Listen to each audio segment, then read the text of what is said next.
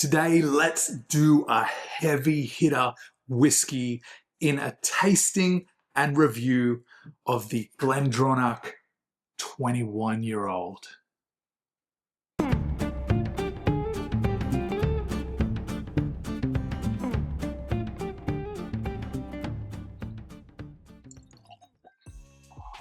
Lovely, look at that. Beautiful color. Very rich. I'm gonna leave this sit in my Glen can for a little over 20 minutes and I'll be back soon to explore the whiskey with you. 20 minutes later. This is one that I have been looking forward to doing a tasting and review of for quite some time now, and I have had many people ask about this whiskey as well. So given that I am quite a way through this bottling, I've got to do it before I enjoy the rest of this without sharing the experience with you guys. This is the older bottling of GlenDronach. They have updated the packaging and the bottle shape, and I haven't yet seen the new 21, but I'm sure it will follow shortly. What matters is the whiskey in my glass, what it smells like, what it tastes like, and if it's any good. So today we are going to determine that together. So I am going to now begin with the nosing on this GlenDronach 21-year-old Parliament Expression.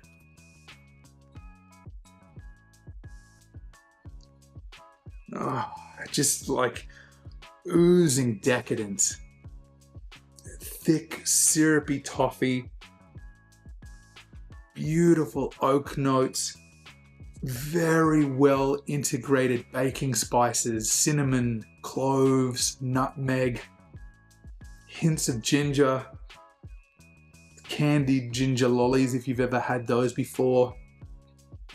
This one is really very mature, very elegant, very demure whiskey. It's everything you would anticipate for a heavily sherried whiskey of 21 years in those casks. These are not finishes, right?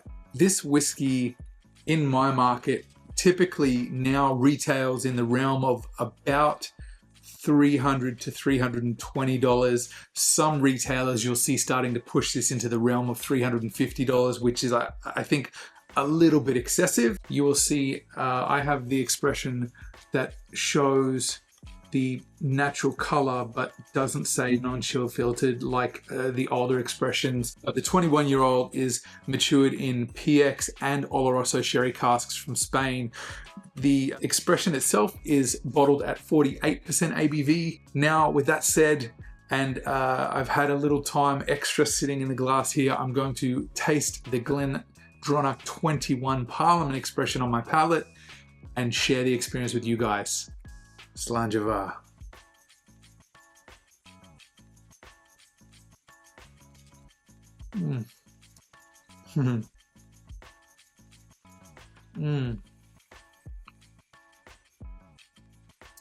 Whoa, yeah, syrupy. It's just like liquid toffee that's just watered down for a whiskey. Loads of raisin. A good level of spice, that oak spice at the front of my tongue.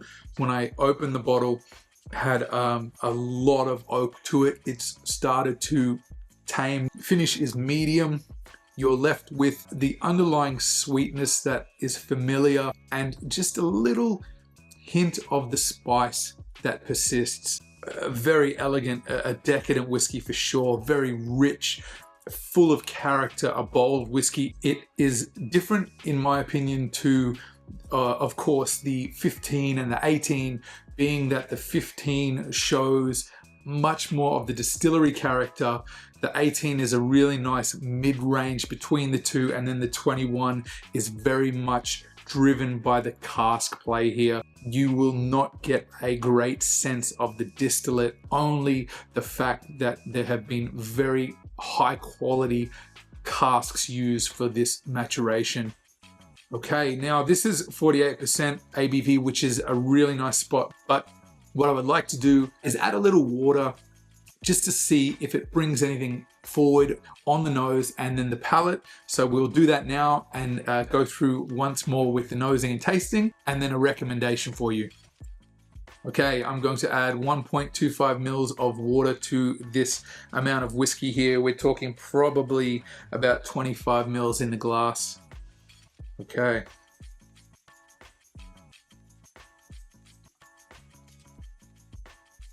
Okay, let's give that a little bit of momentum.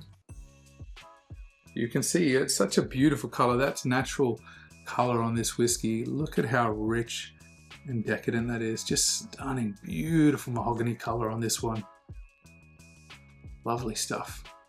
One more time on the nose, GlenDronach 21. There is a aniseed cola type note that's coming through now. It's like this underlying sweetness that is almost cola-like that I typically find on good PX maturations. Tamed the oak down. It's definitely brought more of the spice forward on this whiskey. Caramels are still there. The raisins are there. Lovely stuff. All right, on to the final sip and finish on my palate. Cheers.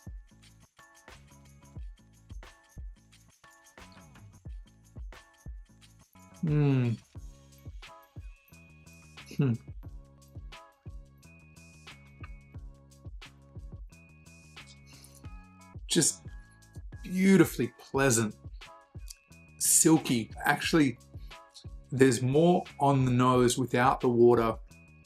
It changes what you get on the nose, but you don't get as much depth and contrast with the different notes. But I prefer on the palate, it just gives it a little bit more silkiness. It's so creamy, beautiful mouthfeel.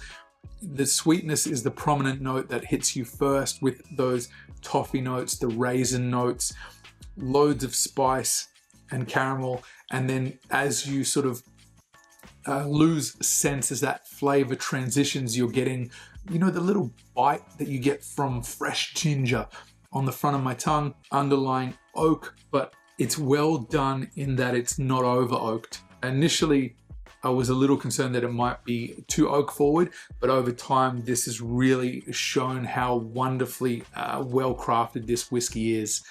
Lovely stuff. Yeah, there's a reason that GlenDronach is highly regarded amongst sherry whiskey lovers. It's no doubt one of the better high quality whiskeys out there, especially coming in at 48% ABV, right? This is bold. In terms of flavor, absolutely, I recommend it. I'm very much an enthusiast that leans into PX maturations. I like that there feels to be more of the PX influence in the Oloroso.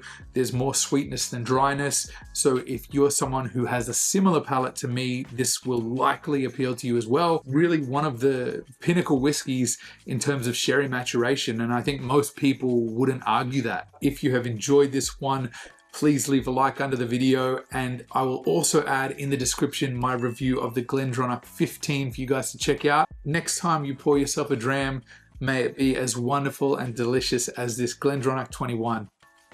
Cheers.